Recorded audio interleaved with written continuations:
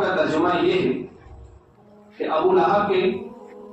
ہاتھ ٹوٹ جائیں اور وہ برباد ہو جائے، نہ اس کے مال نے، نہ اس کا مال اس کے کچھ کام آیا اور نہ اس کی کمائی اس کے کچھ کام آئی۔ عنقریب وہ ایسی آگ میں داخل ہوگا جو شعلے والی ہوگی، اور اس کی بیوی بھی آگ میں داخل ہوگی جو لکڑیوں کو لاد کر لانے والی، اور اس کی گردن میں خوب مضبوط بٹی ہوئی رسی ہوگی۔ یہ سورت ابو لہب کے تعلق سے اتری ہے۔ ابو لہب یہ حضور صلی اللہ علیہ وسلم کا چچا تھا،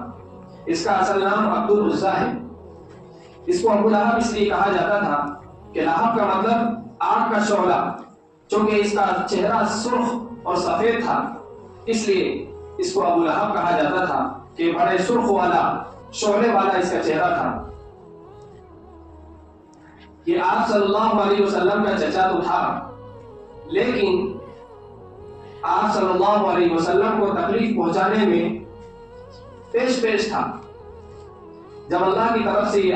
آپ پر وحی اتری اور آپ کو نبی بنایا گیا، اس موقع پر اللہ نے یہ آیت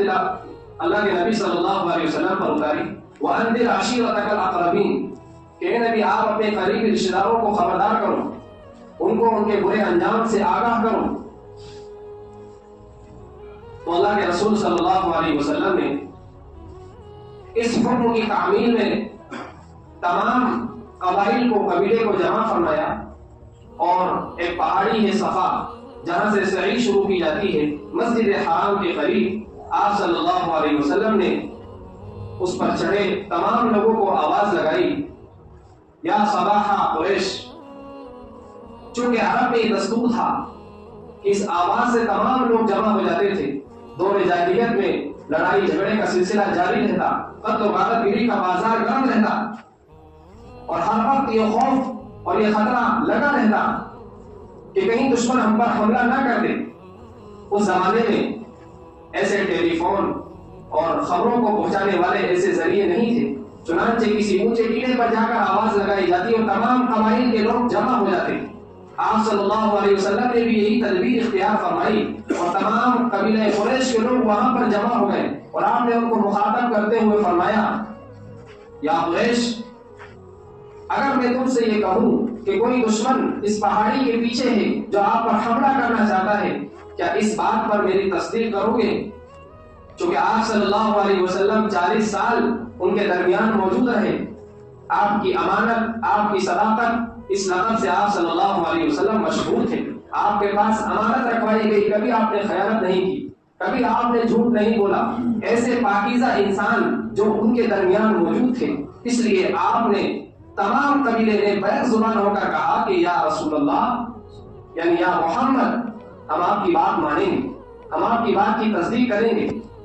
چنانچہ آپ نے یہ موقع پا کر اس جملے کو ارشاد فرمایا کہ چونکہ تم میری بات مانتے ہو،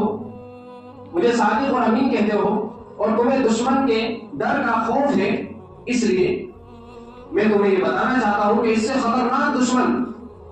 یعنی اگر تم میری بات نہیں مانو گے، توحید کا اقرار نہیں کرو گے، شرک اور بت پرستی کو نہیں چھوڑو گے، تو اس دشمن سے کہیں زیادہ خطرناک دشمن آخرت میں عذاب کی شکل میں تمہارے سامنے آنے والا ہے۔ اگر تم مجھے نبی نہیں مانو گے، توحید کا اقرار نہیں کرو گے، کفر، شرک اور بت پرستی کو نہیں چھوڑو گے۔ چنانچہ آپ میری بات مانی، جنہوں نے ماننا تھا انہوں نے مانی، لیکن اس مجمع میں، اس قبیلے میں آپ کا چچا ابو لہب بھی تھا، جس نے آواز لگائی، تبا لک یا محمد الہذا جمعتنا، معاذ اللہ، اے محمد تیری بربادی ہو، تو ہلاک ہو جائے، کیا تو نے ہم سب کو اسی مقصد کے لیے جمع کیا ہے؟ اس وقت سے لے کر آپ صلی اللہ علیہ وسلم کی مخالفت میں ہمیشہ پیش رہتا، جب تک آپ صلی اللہ علیہ وسلم مکہ میں موجود رہے، یہ آپ کے ساتھ لگا رہتا، اور آپ دعوت دیتے لوگوں کو ایمان کی دعوت سے روکتا، اور یہ کہتا بھائی اس کی بات مت مانو۔ اسی کے ساتھ اس کی بیوی بھی اس کی پیچھے چلتی، جو وہ کہتا اس کی تابعداری کرتی، اور آپ صلی اللہ علیہ وسلم جس راستے سے گزرتے تھے وہ کانٹے دار شاخیں اس راستے میں بچھا دیا کرتی تھی، تو تکلیف پہنچانے میں یہ اور اس کی بیوی دونوں اللہ تعالیٰ نے یہ سورت بارے میں نازل فرمائی، اور قیامت تک اس سورت کی تلاوت تا قیام قیامت جاری رہی، جس کو ہم بارہا اپنی نماز